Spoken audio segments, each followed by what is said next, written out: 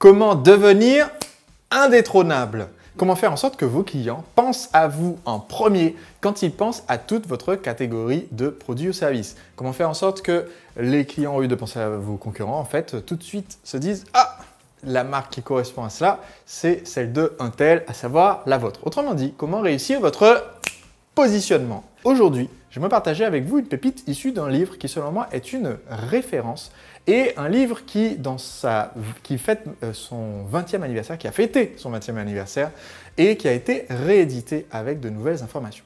Dans ce livre, vous allez découvrir comment vous pouvez faire pour devenir indétrônable, comment est-ce que vous pouvez occuper une position imbattable dans l'esprit de vos prospects. Et ce livre, c'est Positioning, The Battle for Your Mind, qui a été traduit en français. Je ne me souviens plus du titre français, je suis désolé, des fois j'ai que le livre anglais, et qui est un livre de Al Ries et Jack Trout.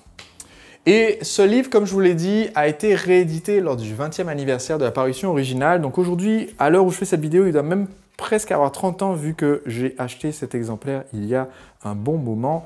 Parution d'origine 81, parution de celui-ci 2001. Donc acheté seulement une édition d'après 2001.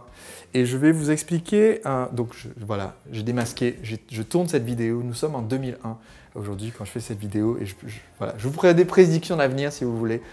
Donald Trump va être élu en 2016 aux États-Unis. Voilà, bon. Donc bref, ce livre en fait est un livre dans lequel les auteurs expliquent comment est-ce qu'on fait pour avoir un positionnement imbattable dans l'esprit des clients. Et ce qui est intéressant avec cette édition, la raison pour laquelle je vous recommande de vous procurer l'édition du 20e anniversaire, c'est parce que 20 ans après la sortie du livre d'origine, les auteurs ont fait une nouvelle version annotée. Donc, le livre est plus large qu'un livre normal parce qu'il y a des marges. Donc, il fait la largeur d'un livre normal. Ils ont rajouté en fait des marges ici dans lesquelles ils montrent le résultat de leurs prédictions. Parce qu'en 1981, quand Al Ries et Jack Trout ont fait ce livre, ils ont pris de nombreux exemples de marques très connues de l'époque et expliqué pourquoi certaines avaient un positionnement qui allait faire qu'elles allaient perdurer et d'autres avaient un positionnement qui devenait faiblissant ou qui était un peu bancal et selon eux, pourquoi ces marques-là étaient en danger. Et donc 20 ans plus tard, eh bien, ils ont eu l'honnêteté et le courage d'affronter la réalité et de dire, ben voilà,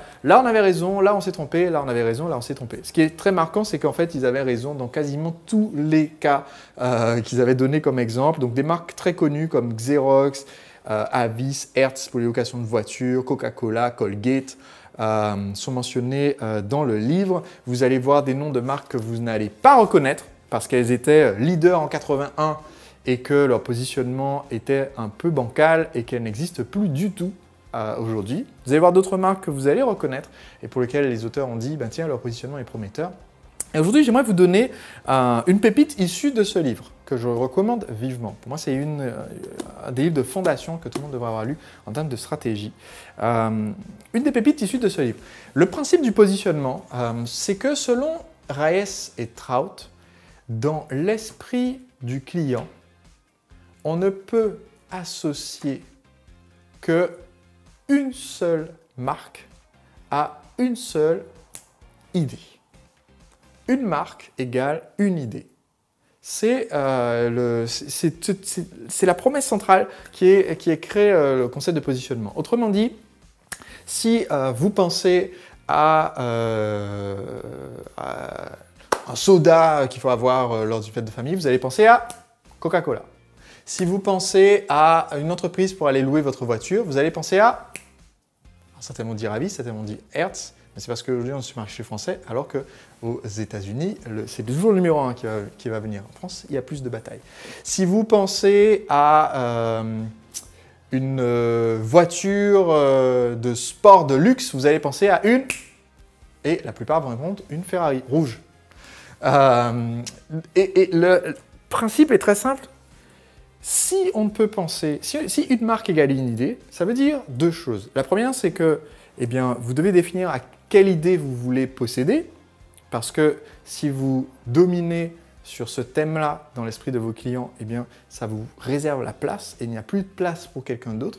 Donc ça, c'est un des concepts très très importants à comprendre dans ce livre, c'est qu'une fois que quelqu'un est établi et a pris la place sur un mot précis, ça peut être en termes de dentifrice, quand on pense, voilà, les dents blanches, c'est une fois que quelqu'un a pris la position sur les dents blanches, eh bien, tous les autres, quand ils vont venir essayer d'attaquer cette position-là, eh bien, ils vont justement casser les dents. Ça va être très difficile de détrôner celui qui occupe déjà cette position.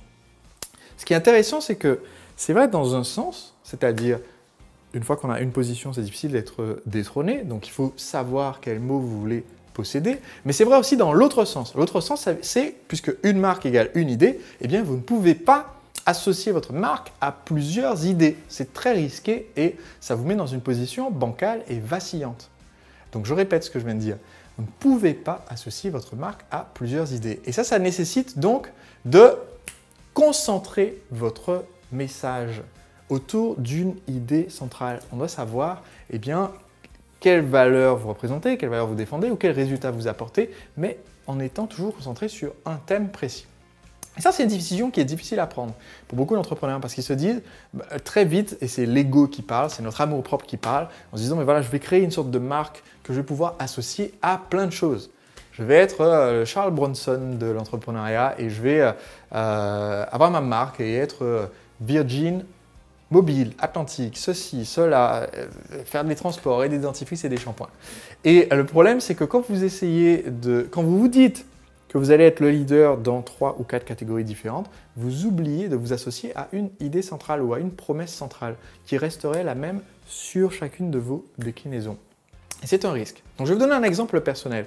Il y a quelques temps, je me suis rendu compte, le marketeur français, quand j'ai démarré, l'idée centrale, c'était la stratégie marketing, donc positionnement sur un côté stratégique.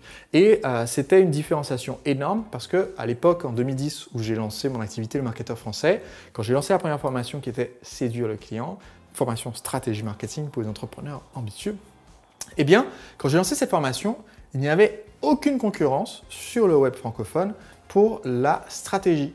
Il y avait beaucoup de formations marketing, mais qui étaient toutes des formations de technique. Donc celui-ci vous enseignait à faire du Google AdWords, celui-ci vous enseignait à faire du référencement, celui-là vous enseignait à faire des plugins WordPress, celui-là vous enseignait à faire de la vente d'e-book. Mais toujours sur un plan technique, c'est-à-dire comment est-ce qu'on fait un document PDF qu'on va pouvoir vendre sur Internet, comment est-ce qu'on fait pour augmenter le PageRank de notre site, comment est-ce qu'on fait pour augmenter le CTR et le CPC de nos publicités et diminuer le CPC de nos publicités Google AdWords, que des choses techniques. Donc je suis arrivé en disant, attention, avant de faire de la technique, il vous faut de la stratégie et donc j'ai occupé cet espace-là. Mais ce qui s'est passé au fil des années, entre 2010, 2011, 2012, 2013, 2014, 2015, c'est que ce positionnement-là a commencé à s'éroder parce que j'ai commencé à faire beaucoup d'autres choses. Et donc, à faire des formations sur beaucoup d'autres thématiques. Du marketing par email, du lancement orchestré, de la vente en webinaire, et que sais-je encore. Et donc, je me suis retrouvé au bout d'un moment avec 40 formations différentes, chacune sur un thème différent, mais sans plus avoir une idée centrale. Et donc, c'est là que je me suis rendu compte, en relisant ce livre, entre autres, je me suis rendu compte du fait qu'il était nécessaire pour moi de me recentrer. Je vous l'ai dit, c'est important de concentrer votre marketing. Et là, quand vous êtes éparpillé comme ça, il est important de se recentrer. Et donc, c'est là que j'ai reconcentré tout mon marketing sur un seul thème, qui est devenir un entrepreneur libre en mettant en place un système automatisé de vente. Ce qui fait que quand on pense, OK, je vais automatiser mes ventes, eh bien, mon but, c'est que cette idée soit associée à la marque Le Marketeur Français. Sans rentrer sur toutes les autres choses sur lesquelles je suis suffisamment expert pour les enseigner, sur lesquelles j'ai fait des formations peut-être par le passé, mais en gardant cette idée centrale, ça me permet d'avoir une position beaucoup plus solide et beaucoup plus forte que si j'essayais d'avoir 40 idées dans l'esprit du client. J'espère que vous comprenez cette idée parce que cette pépite elle est particulièrement importante et que vous devriez être capable de répondre à la question si je vous pose maintenant, si je vous demande à quelle idée est-ce que votre produit est associé dans la tête du prospect. Eh bien, vous devriez être capable de répondre. Donc voilà, petite réflexion à avoir dès maintenant. Ce livre que je vous recommande, donc, c'est Positioning, The Battle for Your Mind, donc positionnement, la bataille pour être dans l'esprit des clients.